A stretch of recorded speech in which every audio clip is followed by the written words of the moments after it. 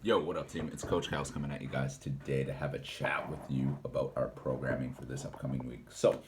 This week we're going to be getting into week 3 of our open prep block.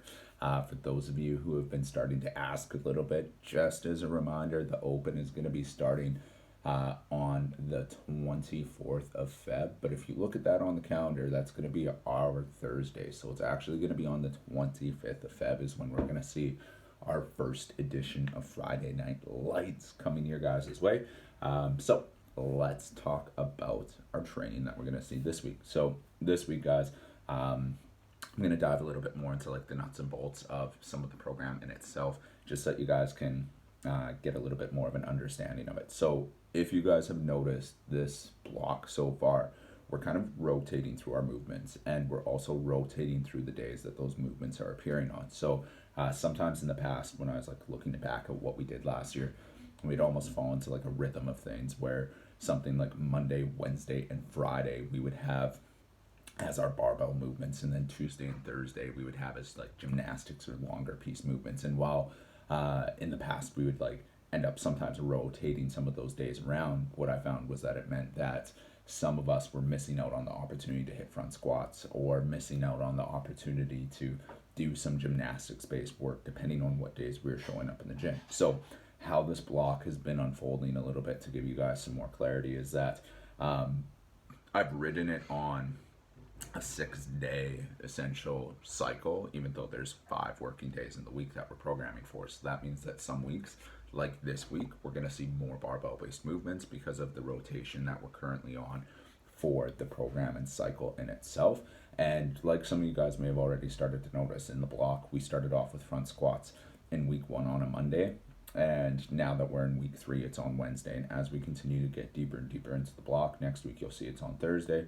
The following week it'll be on Friday. The following week we might take a little bit of a miss, so that then we can deload, recover, and then hit it super, super hard the following week after that. So that's kind of where we're going and how we're rotating these movements through, just so then we can make sure that you guys are getting a really good broad exposure to pretty much everything during this block, so we can be as prepped for the open as possible. So let's talk about the week now. So with the week, we're going to be going through, and we're going to have a lot of barbell based movements coming our way, but it's going to be a lot of really great opportunities for us to practice and hone those skills. So we're going to go through, we're going to have a 3-position power clean on Monday for us to work through and see how fluid we can cycle that barbell.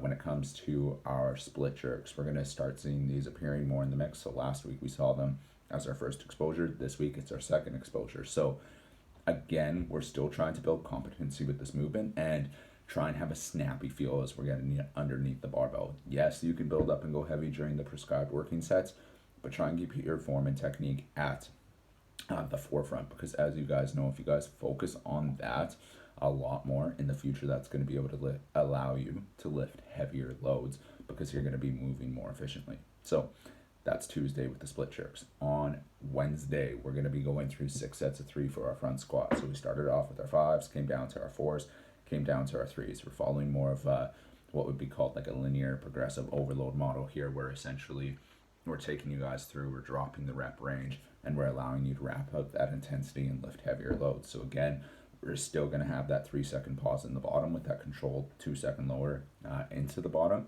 But now that we're into the 3s, we're looking to start to lift a little bit heavier than we did last week.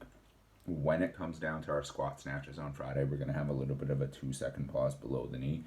We know that anytime that we pause below the knee or pull from below the knee, that's one of the most biomechanically least advantageous positions for us to pull from. So that's going to be building that like a little bit of extra awareness and around how we're moving, and allow us to essentially express our strength more effectively in the future. So we're going to have that in there as a little bit of a challenge. Now, when it does come down to the gymnastics this week, team, you're going to see that with things like our toes to bar and our dips that we were working on in week 1, they've entered back into the mix, but the volume has ramped up. So again, with the skills, how skill development goes is we develop each skill on its own, then we add a little bit more volume in, and then we start to add in more fatigue based work from there. So probably by the end of this cycle, you guys shouldn't be surprised if all of a sudden maybe we're tasking you with doing 5 toes to bar and 5 dips every single minute on the minute for 8 minutes or something like that, so we can build up that little bit of fatigue, or maybe throwing some assault bike in there with one of these movements.